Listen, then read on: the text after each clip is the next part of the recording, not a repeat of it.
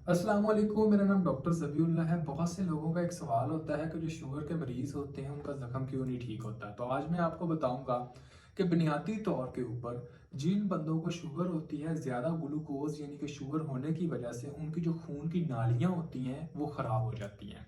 अब जैसे ही खून की नालियाँ ख़राब होंगी तो उसके अंदर से जो खून होगा वो हमारे सेल्स को सही तरह नहीं मिलेगा, यानी कि हमारे जिस्म को सही तरह नहीं मिलेगा। जैसे ही हमारे जिस्म को सही तरह खून नहीं मिलता तो खून ही एक ऐसी चीज होती है जिसके अंदर हमारी जो खुराक या हमारे सेल्स की एक तरह की न्यूट्रिशन होती है। अब जैसे उसको वो नहीं मिलेगी तो उसके नतीजे में क्या होगा कि वो एक तरह का जो जख्म होगा वो और ज्यादा खराब होता रहेगा। और अगर हम देखें कि पाँव जो है वो हमारे दिल से काफी ज्यादा फासले के ऊपर होता है, तो पाँव वो ऐसा हिस्सा होता है जो शुगर के मरीजों के अंदर सबसे ज्यादा एक तरह का इन्फेक्शन होने का खतरा उसी को होता है।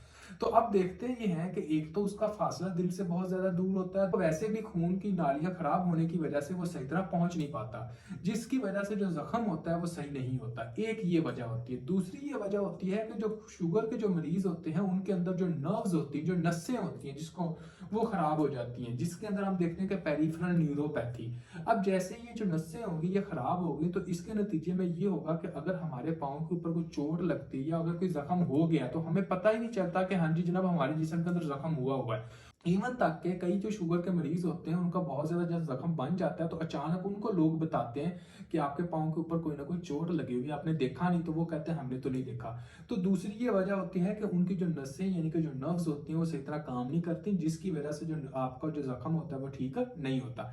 तीसरे नंबर के ऊपर ये होता है कि जो आपके शुगर के मरीज होते हैं उनका ये मसला होता है कि उनका जो मदाफ़ती निज़ाम होता है वो कम हो जाता है। जैसे किसी बंदे की शुगर ज़्यादा होगी तो मदाफ़ती निज़ाम जो होगा वो सही तरह काम नहीं करता। अब पहले ही ज़ख्म बना हुआ है, जब मदाफ़ती निज़ाम कम काम करेगा तो ज़ख्म जो होगा वो ज़्यादा बढ़ता जाएगा और इन्फेक्शन जो होगी वो और ज़्यादा फैलती जाएगी। बंदा जो होगा वो ठीक सही तरह नहीं होगा। अब चौथे नंबर के ऊपर ये होता है कि जैसे ही शुगर का लेवल बढ़ता है तो यही जो शुगर होती है, इन शुगर के साथ हमारे जो बैक्टीरिया होते हैं, जो हमारे पैथोजेंस होते हैं, जो हमारे जरासीम होते हैं, वो ग्लूकोज यानी कि शुगर से बहुत ज्यादा मोहब्बत करते हैं और उस बंदे के अंदर बहुत ज्यादा अटैक करते हैं जिस बंदे के अंदर शुगर बहुत ज्यादा हो। तो इस वजह से इनके अंदर जो पैथोजेंस होते हैं वो बहुत ज्यादा अटैक कर सकते होते हैं। तो अगर किसी भी बंदे का जख्म है तो सबसे पहले उनको ये चाहिए कि वो अपना एक तरह का डॉक्टर के साथ लाजमी कंसल्ट करें, क्योंकि अगर ये आप जख्म जो है वो पूरी तरह जल्दी से ठीक नहीं करवाते और ये जख्म अगर हड्डी के अंदर चला जाता है तो फिर यहाँ तक नौबत आ जाती है कि आपको हड्डी जो होती है यानी कि अपनी जो टांग होती है वो भी यहाँ तक कटवानी पड़ती है। और हमारे पास बहुत से पेशेंट्स आते हैं जिनकी शुगर कंट्रोल नहीं होती और हमें उनकी एम्पुटेशन करनी पड़ती होती है, यानी कि जो जिस्म का हिस्सा होता है उसको अलहदा करना पड़ता है। ये हमारी मजबूरी होती है, अगर हम नहीं करते तो यही जो जहर होता है वो एक तरह का पूरे जिस्म के अंदर फैल सकता है और इसकी वजह से बंदे की जो डेथ होती है वो बहुत जल्दी हो जाती है।